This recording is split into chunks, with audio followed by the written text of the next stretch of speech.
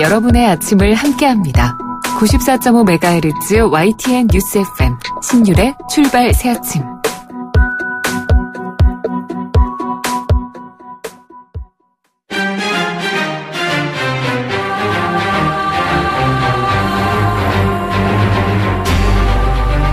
매일 아침을 뉴스로 깨웁니다.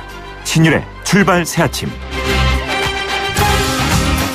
국내 정치적으로도 여러 가지 어수선한 일들이 많습니다만 우리가 좀 더 관심을 가져야 하는 것은 바로 한반도의 상황이라고 생각합니다. 평창 올림픽 이후의 한반도는 과연 어떻게 될 것인가? 바로 이 부분인데요. 지금 현재 일본과 괌을 비롯한 한반도 인근에 상당 규모의 미군 병력이 집결하고 있다는 보도가 이어지고 있기 때문입니다. 여기서 중요한 점은 우리의 북한과의 교류 노력이 과연 지금의 한반도 위기 극복에 중요한 열쇠가 될 수 있을 것인가 하는 부분인데요. 만일 그런 노력이 성공한다면 한반도 운전자로는 힘을 얻게 될 것이고요. 그렇지 못하게 된다면 우리의 입지는 상당히 내외적으로 위축될 수밖에 없을 겁니다. 우리의 외교력이 중요한 시험대에 오른다는 건데요. 자, 그건 그거고 우리의 내부 정치도 또 지금 만만치 않게 요동치고 있죠. 바로 어제 국민의당 안철수 대표와 바른정당 유승민 대표가 통합을 선언했습니다. 물론 두 당 사이의 통합 얘기는 계속 진행 중이었습니다만 두 당의 대표가 한자리에서 통합을 선언한 건 처음 있는 일이죠. 건전한 개혁보수와 합리적 중도의 힘을 합치겠다. 양극단의 구태정치와 싸우겠다. 이런 선언을 했는데요. 2년 전 국민의당을 창당시킨 주역은 이 상황을 어떻게 보고 있을까요? 잠시 후 1부에서 국민의당 창당준비위원장을 맡았던 서울대학교 한상진 명예교수 만나보겠습니다. 자, 이번 주 내내 그 무엇보다도 우리를 괴롭혔던 뉴스 바로 미세먼지인데요. 오늘도 여전히 기승을 부린다고 하는데 정부와 지자체가 모두 나서도 왜 이렇게 대책 마련이 어려운 건지 오늘 2부에서는 정부의 미세먼지 대응을 꾸준히 요구해왔던 시민단체로부터 어떤 해결책이 있을지 입장 들어보겠습니다. 그리고 오늘 벌써 금요일이네요. 매주 금요일 3부에 함께하는 두 분이죠. 경기대학교 김홍국 겸임교수, 미래전략개발연구소 김우석 부소장 두 분과 함께하는 한 주 동안 있었던 정치권의 이슈 분석해보는 시간 마련되어 있습니다. 1월 19일 금요일입니다. 신율의 출발 새 아침 광고 듣고 시작합니다.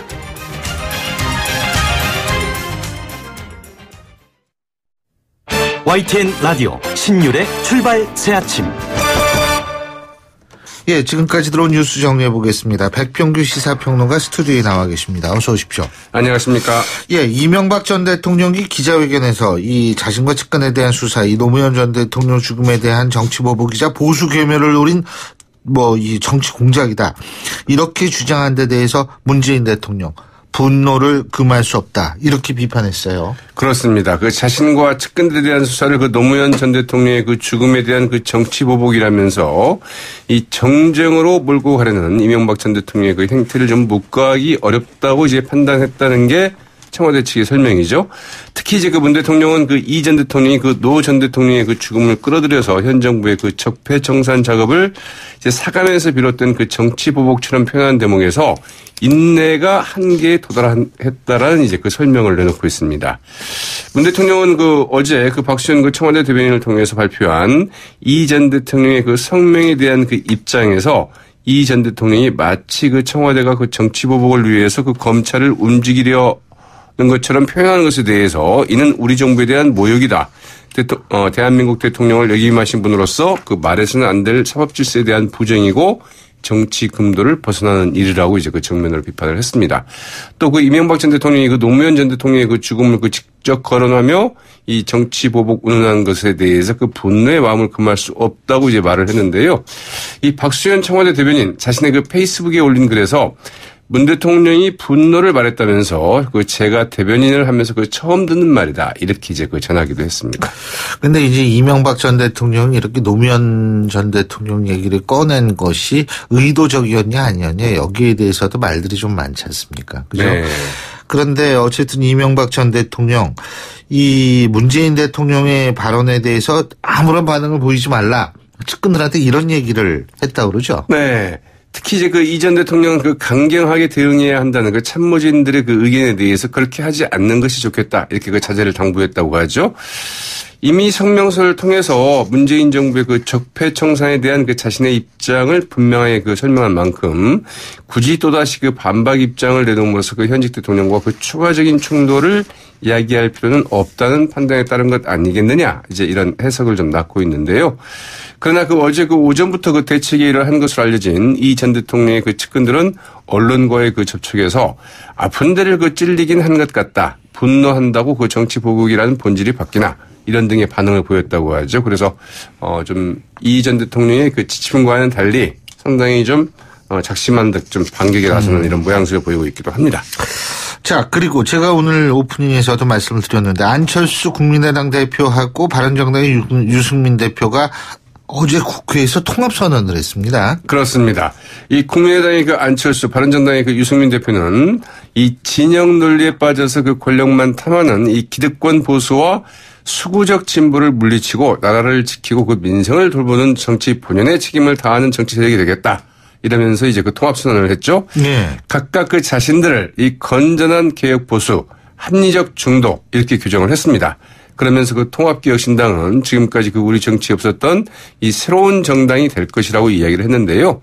이 굳건한 한미 동맹에 바탕한 그 북핵 문제 해결, 자유롭고 공정한 그 시장 경제, 노동 규제, 교육, 과학기술 개혁 등을 그 통합신당에 이제 그 노선으로 제시를 했습니다. 네.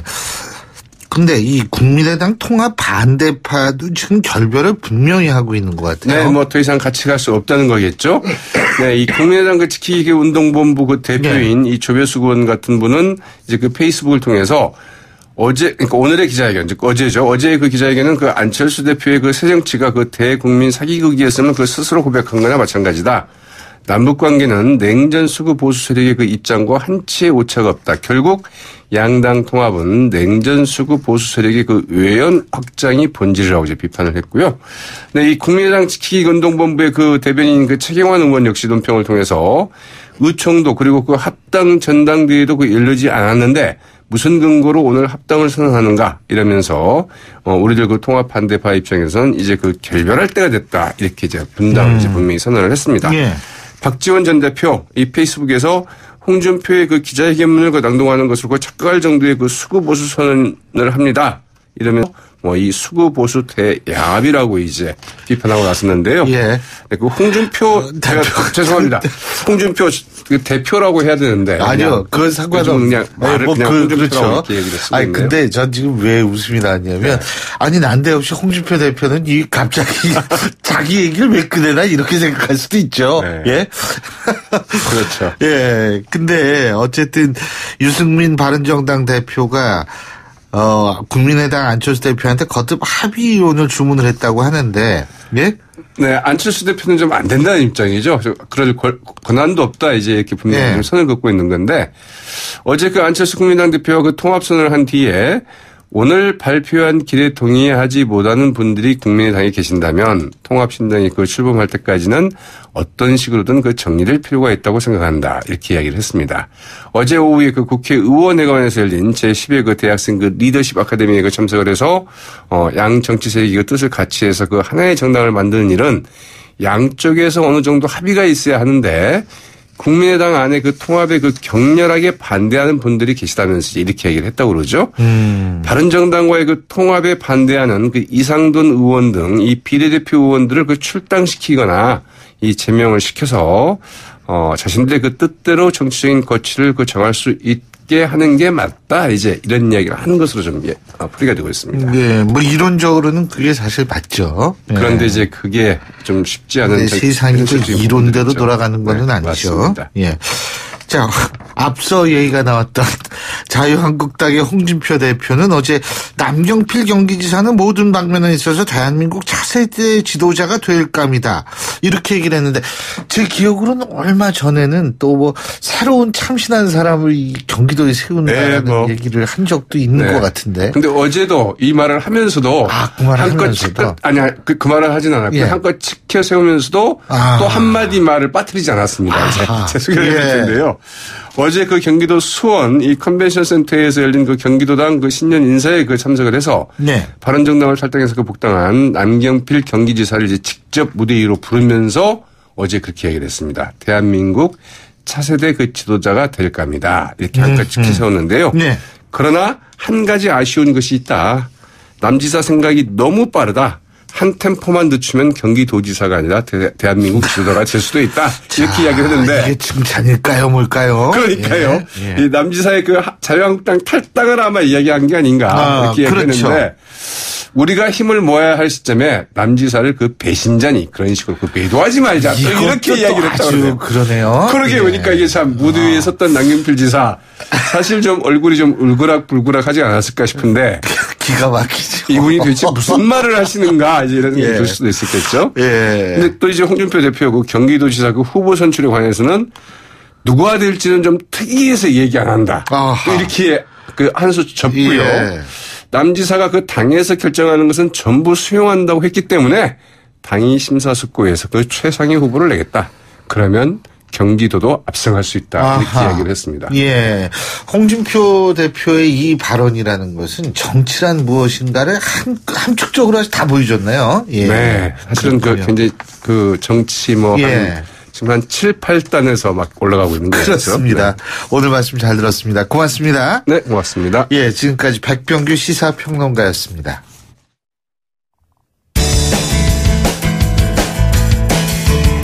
여러분은 지금 FM 94.5MHz로 방송되고 있는 신율의 출발 새 아침을 듣고 계십니다.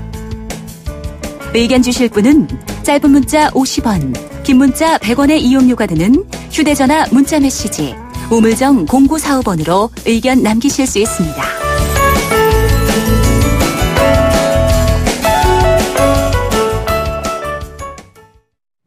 저희가 앞서 뉴스 브리핑에서도 말씀을 드렸고 오프닝에서도 말씀을 드렸습니다만 국민의당과 바른정당 양 대표가 어제 통합선언을 했죠. 자, 그렇다면 국민의당 창당시킨 주역 2년 전에 이 국민의당을 창당시킨 주역은 이 상황을 어떻게 보고 있을까 직접 얘기 들어보겠습니다. 국민의당 창당준비위원장을 맡으셨죠. 서울대학교 한상진 명예교수 전화 연결하겠습니다. 교수님 안녕하십니까? 네, 안녕하세요. 예. 새해 복 많이 받으십시오, 교수님. 네, 마찬가지입니다. 고맙습니다. 네. 지금 2년 전에 이렇게 창당을 하셨는데 지금 이제 결국은 이게 쪼개질지 안 쪼개질지는 조금 두고 봐야 되겠습니다만 어쨌든 이렇게 변화를 맞고 있는데 어떤 심경으로 지켜보고 계십니까?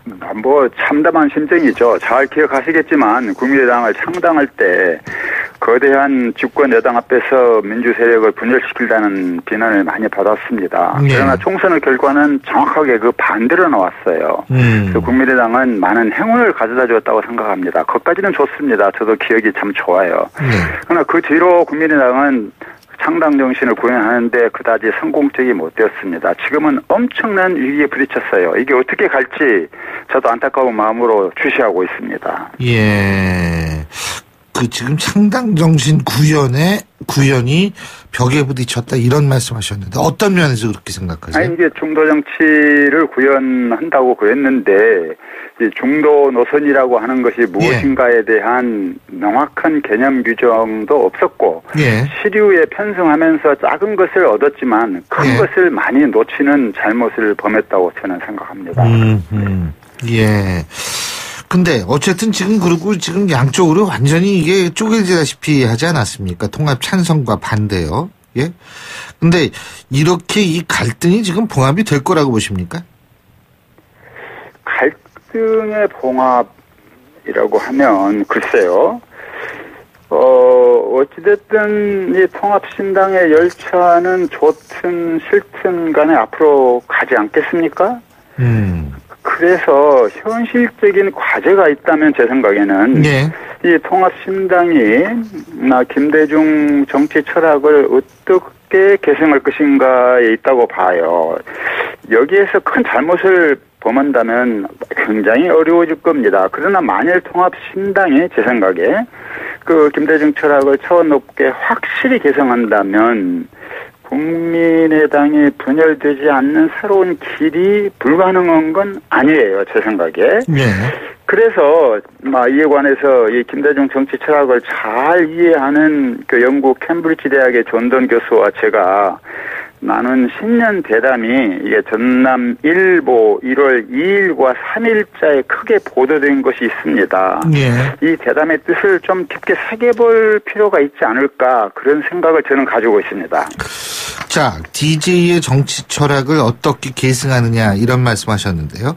그러면 DJ 정치 철학 중에서 햇볕 정책을 말씀하시는 겁니까? 아니면 정적도 포용하는 통합과 포용의 정치를 말씀하시는 겁니까? 물론 후자죠. 후자요? 예. 이게 지금 사실은 우리가 눈을 크게 떠야지 됩니다. 이게 동북아가 지금 어렵거든요. 예. 이런 상황 속에서 이 자유민주주의 대한민국이 어디로 가야 되는 거냐 이럴 때 하여튼 그 대담에서 나온 걸로는 단연코 어떤 것보다도 평화가 가장 중요합니다. 이런 대목이 있고요. 예. 국내적으로는 적폐청산 필요하죠. 그러나 화해 없는 증오 정치는 미래를 결코 밖에 만들기 어렵다고 하는 점을 우리가 잘 명심해야 된다고 생각합니다. 근데 지금 제가 이거 여쭤본 이유가 지금 국민의당의 내분 사태라는 것이 이 호남 쪽 지역구를 가진 의원들은 이 햇볕 정책 계승 문제를 가지고 얘기를 하거든요. 그렇죠. 예. 그래서 제가 이걸 여쭤본 거예요. DJ 정치 철학의 계승이라는 측면이 그렇다면 이 햇볕 정책만 가지고 많은 아니지만 약간 이걸 주로 지금 이슈화가 되기 때문에 그럼 이 부분은 어떻게 정리해야 된다고 보세요? 햇빛 정책을 어떠한 눈으로 평가하고 어떻게 새롭게 갱신할 것이냐라고 하는 것은 남아있는 과제라고 저는 생각합니다. 예. 뺄셈 정치의 눈으로 이걸 평가하기 시작하면 국민의당이건 또는 통합신당이건 미래가 매우 어둡습니다. 그러나 그것을 대승적으로 오늘의 동북아 현실에 대입시켜서 새롭게 발전시켜가는 길을 충분히 찾을 수 있고 그렇다고 하면 새로운 지형이 열릴 수 있다고 저는 생각합니다. 자, 새로운 지형도 말씀을 하셨는데 지금 이 3당 이게 필요성 이게 이제 많이 얘기들 하지 않습니까? 그죠? 근데 네. 제가 솔직한 얘기로 이 대통령제가 있는 한은 이게 양당제로 나가는 성향이 강하지 이게 3당이 자리 잡기 굉장히 힘든 거 아니에요? 어떻게 보십니까? 양당 제도가 우리의 전통인 건 사실이지만 이 양당 제도 피해가 컸다는 것은 과거에는 의문의 여지가 없었고 오늘날도 그럴 위험이 다분히 있습니다. 네. 문제는 제3호 정당 또는 중도 개혁 노선이 자기의 확실한 철학을 가지고 그 기반을 가지고 활동하면 그 공간은 저는 아직까지도 매우 크다고 봐요. 그러나 그걸 어떠한 지도자 어떤 세력과 함께 어떻게 추구할 것이냐라고 하는 게 아직도 해결되지 않는 중요한 과제로 남아 있습니다. 예. 지금 교수님께서 철학과 기반을 가지면 활동 동원이 크다 이런 말씀하셨는데 네. 철학은 예를 들면 그렇습니다만 기반이라고 얘기했을 때요. 요게 만약 지역 기반이라고 가정을 했을 때 지역 기반이 지금 국민의당이 상당 부분 와해됐다라는 얘기가 나오거든요. 이게 지금 국민의 당만 가지고 볼 일은 아니에요. 아닙니까? 전체 국민의 호남을 중심으로 한 여러 가지의 균열이 있는 것은 의문의 여지가 없어요. 그러나 제 생각에는 이 근본적인 문제를 봐야지 될 것 같아요. 그러니까 제 생각으로는 말이죠. 만일 지역 간의 대연합 또는 더 나아가서 한반도를 향한 새로운 그림 이런 걸 생각한다면 너무 좀 당도 직입적으로 드리는 말씀이지만 예컨대 바른정당이 김대중 정치 철학을 계승하고 국민의당은 또 다른 한편은 박정희의 그 근대화 공적을 평가하면서 이 둘을 대승적으로 결합시키는 그런 노력을 만약 한다면 이건 한국 정치의 지형을 근본적으로 탈바꿈하는 것이 될 겁니다. 그리고 많은 희망을 저는 줄 거라고 봐요. 이런 시너지 효과로 동북아 한반도의 대한민국의 새로운 그림을 그릴 수도 있다고 봅니다. 물론 굉장한 용기가 필요하죠. 과거에 진보 보수 양분법 이거 과감히 벗어 던져야지 되고요. 할 일은 대단히 많습니다. 그러나 그것이 자동적으로 되지 않고 확실한 리더십과 철학을 갖는 지도자와 그것을 지지해 줄 수 있는 중도 개혁 성향이 하나로 뭉칠 때 저는 그것이 가능해질 것으로 생각합니다. 자, 그러면은 결국은 이번에 그 국민의당과 바른정당의 통합이 지금 교수님께서 말씀하신 그런 방향으로 갈 수 있다, 갈 것이다라고 생각하십니까? 미래를 내다본다면 그것 이외의 다른 어떤 길이 있을까요? 예. 만일 역사적인 소임이 있다고 하면 오늘 우리가 부딪히고 있는 근본적인 문제를 봐야지 되고 그 문제를 해결하면서 불안스럽게 미래를 응시하고 있는 많은 중도 성향의 유권자들을 모으는 확실한 처방과 대책 그리고 리더십이 나와야 되는데 그렇지 않고서는 과거의 틀을 그냥 그대로 유지하면서 조금씩 변형해서 나가는 그런 방식으로는 저는 미래가 개척되지 않을 것으로 생각합니다. 그러면 통합신당의 미래는 뭐 그렇게 별로 그렇게 크지 않을 거로 봐요. 네. 예. 지금 불안스럽게 바라보는 중도 이런 말씀하셨 중도 유권자라고 말씀하셨는데 지금 왜 중도층이 불안스럽게 미래를 바라본다라고 생각하십니까, 교수님께서는? 왜냐면은요. 예. 이게 지금 우리가 상당히 긴 시간 동안 이게 일종의 그 분열의 정치를 경험해 왔어요. 오늘날 새로운 미래를 위해서 적폐청산이 필요하다고 하는 것이 많은 공감을 얻고 있습니다.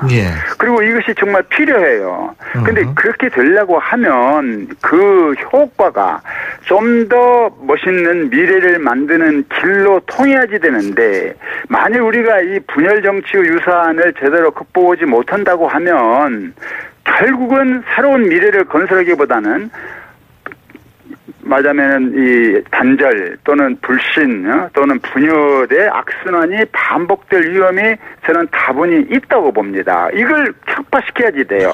거기에 굉장한 용기가 필요하고 만약 우리가 통합신당에 기대를 건다고 하면은 특히 이게 이제 서로 대립되는 두 세력이 만나는 거니까 여기에 대한 확실한 비전과 철학과 용기를 가져야지 된다. 그렇지 않으면은 그냥 지금 그냥 미봉책으로 이렇게 임기응변으로 이렇게 접근한다고 하면은 과거의 전체를 결코 벗어나지 못할 것으로 저는 바라봅니다. 그러면 교수님께서는 지금 보실 때 현 정권도 분열의 정치라는 테두리에서 벗어나지 못하고 있다고 보십니까? 아니요. 그렇게 단정하는 건 아니지만 이 문재인 대통령을 포함을 해서 현재 집권 여당의 뜻이 그걸 지향한다고는 전혀 생각하지 않지만 정치라고 하는 것은 그런 선의를 갖고 되는 것이 아니고 여러 가지 세력과 기대와 행동이 엇물려서 뜻하지 않는 결과를 많이 가져오는 게 정치입니다. 예견하지 못했던 부작용이 항상 많은 게 정치예요. 따라서 이걸 잘 지혜롭게 극복하지 않으면은 반드시 악순환이 반복될 수 있을 것이다라고 저는 전달하고 그런 면에서 이걸 넘어가는 굉장히 지혜로운 자세가 필요하다고 저는 생각합니다.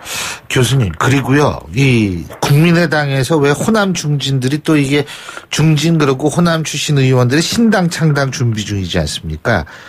교수님께서 보실 때 그 신당은 또 다른 대한야당이 될 수 있다고 보십니까? 지금 또 다른 신당이라고 하는 것은 이른바 호남 의원들이 중심이 되어서 결정한다고 하는 걸 얘기하시는 겁니까? 예, 맞습니다.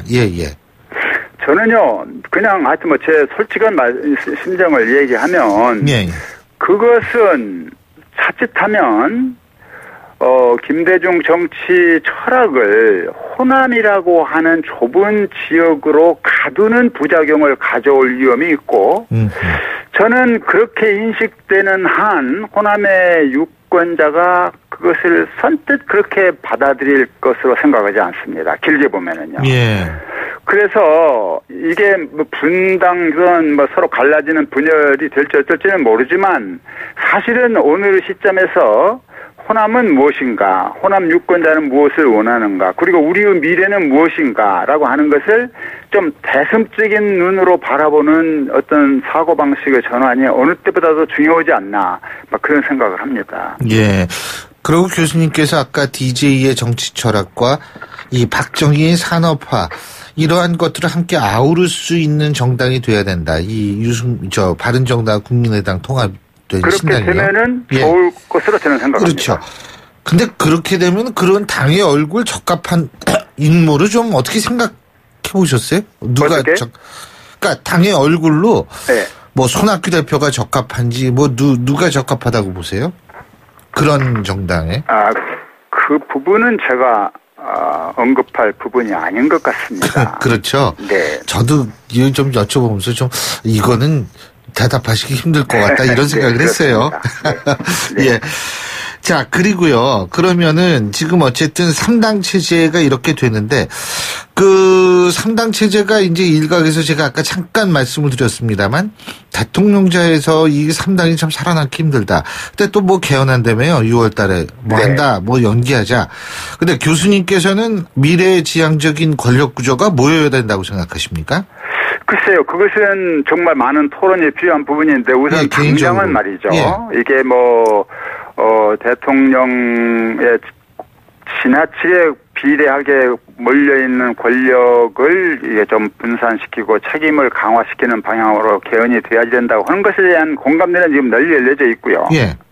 그러나 다른 한편에는 이 대한민국이 어디로 가야지 되느냐라고 네. 하는 부분에 관해서 그 목표를 좀 더 과감하게 다시 한번 재정립하는 노력이 꼭 필요할 것으로 저는 봐요. 많은 토론이 필요하다고 봅니다. 네. 권력 구조는 중요한 부분은 틀림이 없지만 이 국민의 에너지를 하나로 다시 모을 수 있는 지혜로운 방안이 저는 많이 필요하고 많은 토론이 필요한 부분이라고 생각합니다. 예, 잘 알겠습니다. 교수님 오늘 말씀 잘 들었습니다. 고맙습니다. 네, 안녕히 계세요. 예, 지금까지 국민의당 창당준비위원장을 지내셨죠. 서울대학교 한상진 명예교수였고요.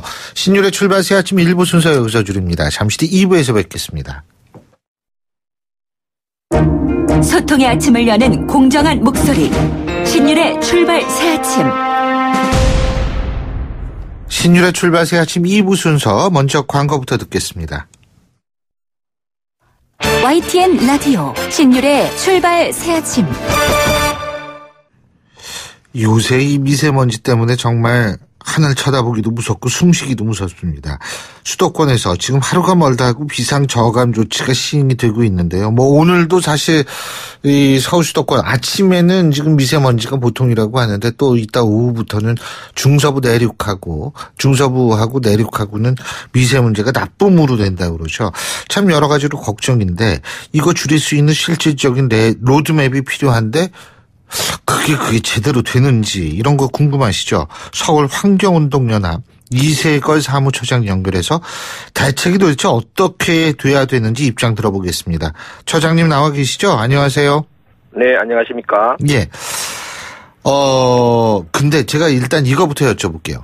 미세먼지가 요새 이걸 측정하기 시작해가지고 문제가 심각해진 겁니까? 심각하다고 느끼게 된 겁니까? 아니면 과거에도 있었고, 아니면 요새 생긴 겁니까, 이게?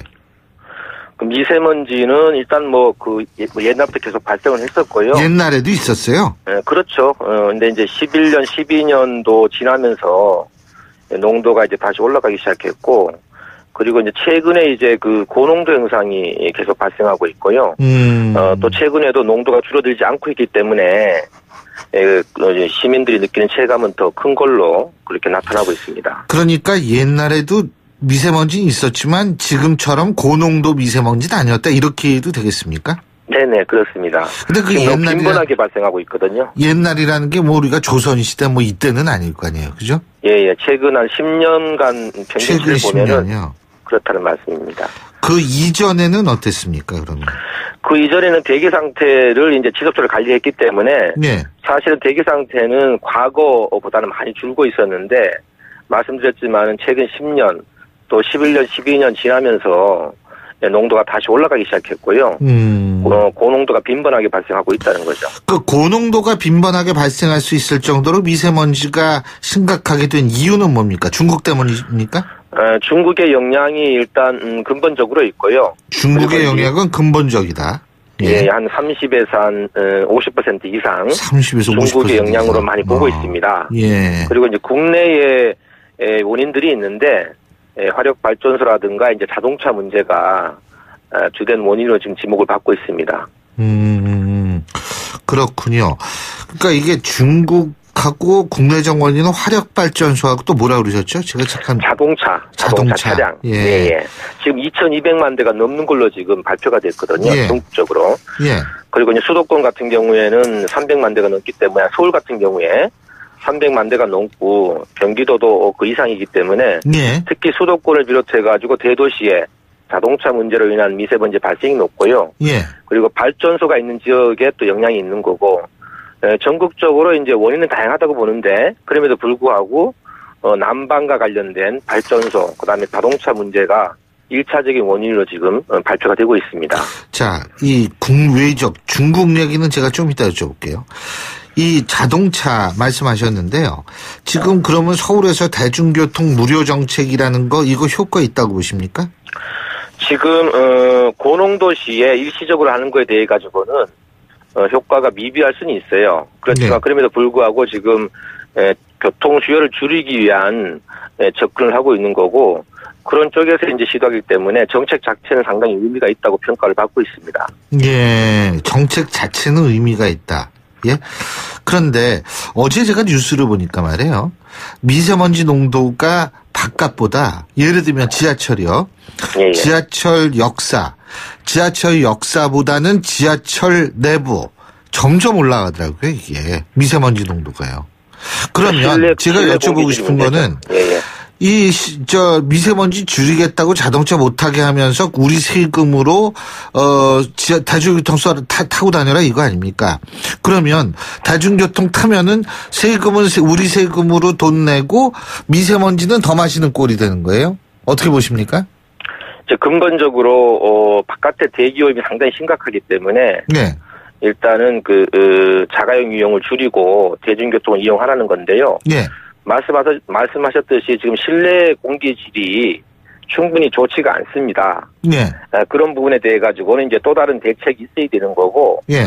그럼에도 불구하고 일상적으로 이제 아까 말씀드렸지만은 미세먼지의 주된 발생 원인이 대도시 같은 경우에는 차량이 있기 때문에 차량에 대한 관리, 교통 수요를 줄이는 게 무엇보다 중요할 거고요.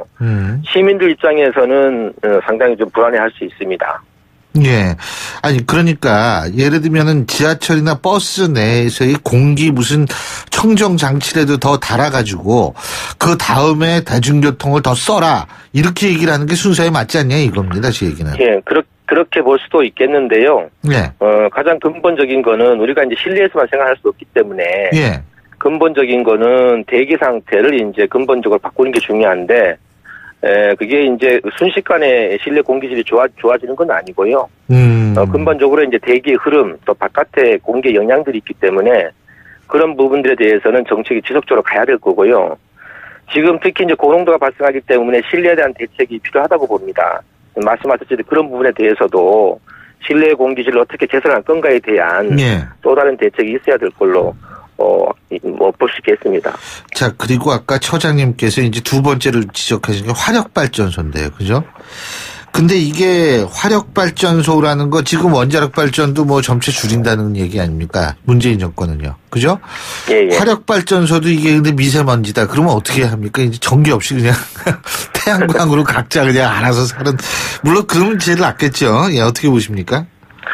지금 이제 정부가 예측하기로는 전력 수요에 큰 문제가 없기 때문에 화력발전소에 특히 이제 미세먼지가 심한 시절에, 심한 시기에 봄철에 뭐 3월부터 6월까지 특정한 시기에 이제 가동을 중단한다거나 좀 조정을 하는 거고요.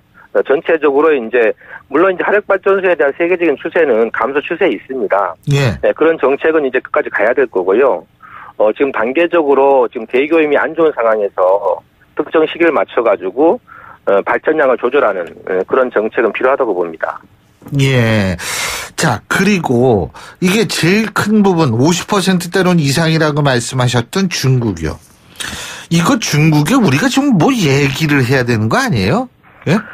지금 중국은 뭐 사실은 뭐 정부에서도 그리고 이제 일부 자치단체 같은 경우에도 이제 그 별도의 채널을 가지고 얘기를 하고 있었고요. 예. 그런 성과들이 이제 나와야 되는데 문제는 이제 그 중국과 협력이 있어가지고 아시겠지만은 정치적인 사안들이 많기 때문에 그런 거와 연계해가지고 이제 문제 해결이 쉽지 않다는 거고요. 그러니까 중국이 소위 얘기해서 책임을 인정하고 뭔가 대책을 적극 수립하면 좋은데 거기까지 가는 거는 아직 좀 시기가 좀 남은 것 같습니다. 그러니까 지금 바깥에서 평가하기에는 중국과 1대1로 상대하기보다는 주변 국가를 활용해가지고 중국의 대기오염을 적극적으로 줄이기 위한 그런 좀 정책을 해야 된다. 이렇게들 말씀 많이 하고 계시거든요. 예. 좀 기다려봐야 될 것 같습니다. 근데요, 이게 사실 따지고 보면 좀 화가 나는 게 중국 때문에 우리 세금 쓸데없이 쓰는 거다. 이게 안 써도 될 걸 쓰는 거다. 이런 거 첫째. 둘째, 중국 때문에 이게 우리의 잠재적 살인자라고 그러지 않습니까? 미세먼지. 예? 아니, 솔직한 얘기로 요새 뭐 바깥에서 담배 피시는 분들 담배만 피워도 주위에 사람들이 쫙 흩어지는 판인데 눈에 보이지 않는 미세먼지는 담배 연기만큼 나쁘다는 거 아닙니까? 자, 이런 상황에서 우리가 과연 근데 또 중국은 뭐 우리한테 뭐 할 얘기는 맨날 뭐 쓸데없는 얘기까지 다 하지 않습니까? 이거 이렇게 돼도 되는지 모르겠어요, 진짜. 지금, 중국과의 대책을 좀 더 적극적으로 해라. 이거는 이제, 충분히 이제 맞는 말씀이시고요. 예. 강도 높게 해야 될 필요가 있다고 봅니다. 그럼에도 불구하고 이제 중국 자체의 노력도 한번 봐줘야 될 것 같고, 여하튼 주변 국가의 협력이 되게 중요한데, 예. 이게 이제, 진짜 실질적인 효과를 볼 수 있는 방향으로 가는 게 맞다고 보고요. 여하튼 지금 다양한 논의들이 있겠지만, 서울에 특히 이제 우리나라에 미치는 대기오염의 원인의 상당 부분이 중국에 있기 때문에 그런 부분에 대해서는 협력이나 또 여러 가지 촉구를 통해 가지고 이제 진행을 하고 그럼에도 불구하고 지금 발생하고 있는 국내 요인들도 있기 때문에 우리가 할 수 있는 거는 해야 된다. 이렇게 좀 얘기할 수 있겠죠. 지금 중국에 필요한 거는 협력이 아니라 압력이 아닌가 이런 생각도 듭니다. 네네. 예. 네. 자, 그러면은 마지막으로 어떤 우리 나름대로 뭐 수소차 보고 뭐 이런 얘기도 있던데 그거 엄청 비싼데 지금 어떻게 해야 돼요? 그러니까. 지금 그 친환경 차량, 전기차, 수소차 이런 부분들이 이제 많이 얘기되고 있는데요. 예. 기본적으로 이제 충전 인프라의 문제가 있고 수소차는 지금 말씀하셨지만은 이제 예산의 문제가 있기 때문에 예. 그거 역시 이제 단계적으로 가야 되는 거고요. 예. 지금 미세먼지는 일상적인 것보다도 고농도시가 문제고 특히 이제 어린이 또 노약자분들 예. 민감한 사회적 약자에 대한 대책이 필요한데 예. 그런 부분에 있어가지고 정부가 또 자치단체가 예. 좀 더 이제 세밀한 정책을 세워야 될 거고요. 실질적인 실효성을 높일 수 있는 대책을 강구해야 됩니다. 예. 그렇습니다. 뭐 장기적으로 본다면 수소차 근데 아직 수소차는 한번 제가 가격을 봤는데 막 어마어마하더라고요. 예. 근데 가격도 좀 내려질 때쯤 되면 좀 나아질 수 있을지 모르겠지만 중요한 것은 원인의 50% 중국 이거 빨리 어떻게 정부 차원에서 해결해야 될 겁니다. 오늘 말씀 여기까지 듣겠습니다. 고맙습니다. 네, 감사합니다. 예, 지금까지 서울환경운동연합의 이세걸 사무총장이었습니다. 신율의 출발새 아침 2부 순서 여기까지입니다. 잠시 뒤 8시 10분 3부에서 뵙겠습니다.